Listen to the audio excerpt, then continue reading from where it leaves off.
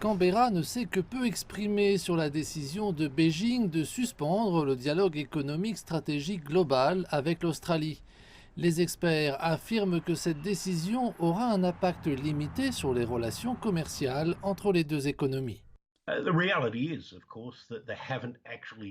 La réalité est qu'il n'y a pas eu de dialogue dans le cadre du dialogue économique stratégique global depuis 2017, lorsque l'actuel Premier ministre, M. Morrison, y participait en tant que trésorier à l'époque.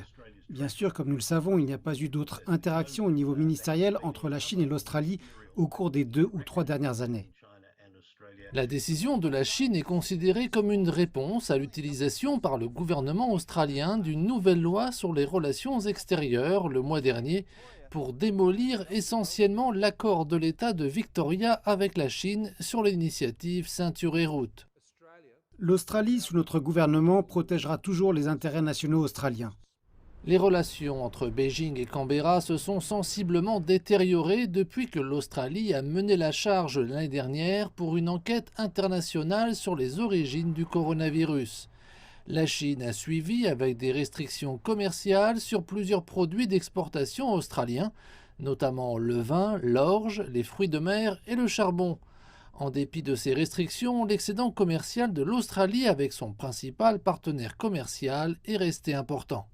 La raison pour laquelle l'excédent commercial de l'Australie a si bien résisté est que l'Australie vend des quantités records de minerais de fer en valeur à la Chine.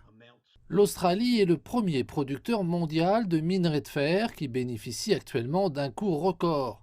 Le minerai de fer est un composant essentiel entrant dans la fabrication de l'acier. Pour l'instant, à en croire les experts, la Chine rencontrerait des difficultés à trouver de nouvelles sources pour répondre à sa demande croissante, comme le fait actuellement l'Australie. Mais ils estiment que cette situation ne durera pas éternellement. Voici ce qui va se passer dans les 5 prochaines années.